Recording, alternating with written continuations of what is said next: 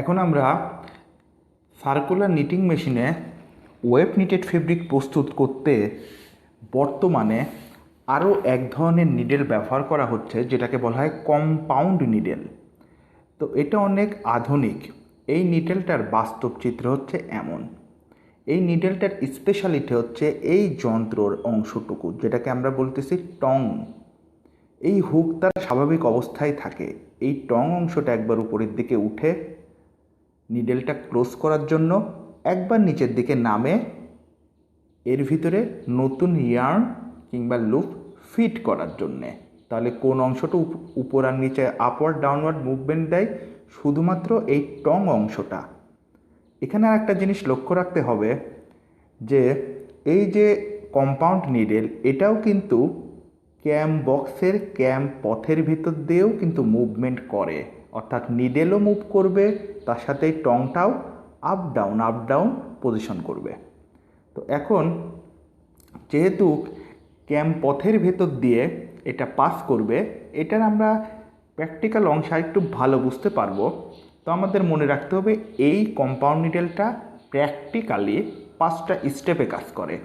একটা হচ্ছে clearing position কিংবা রান ইন পজিশন। এই যে ক্লিয়ারিং পজিশন, ওল্ড লুপটা মাঝামাঝি অবস্থায় ধরে রাখছে।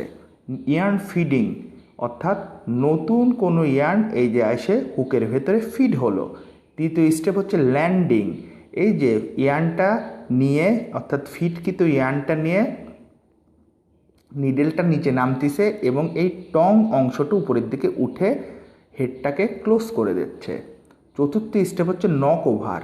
নিডেলটা সর্বোচ্চ ডাউনওয়ার্ড পজিশনে নামলো এবং টংটা সর্বোচ্চ আপওয়ার্ড পজিশনে যেয়ে হুকটাকে ক্লোজ করলো। আর পঞ্চম স্টেপটা হচ্ছে লুপ পুলিং, অর্থাৎ এই যে ওল্ড লুপটা আছে, অর্থাৎ এই যে নিউ লুপটা যেটা তৈরি হচ্ছে, সেটা এই ওল্ড লুপের ভেতর দিয়ে নিডেলের হুকটা নিয়ে যখন নিচের দিকে নামতেছে, তখন এই পার্টটার নাম কি হচ্ছে? লুপ পুলিং। এবার আমরা এটার প্র্যাকটিক্যাল অংশটা দেখব।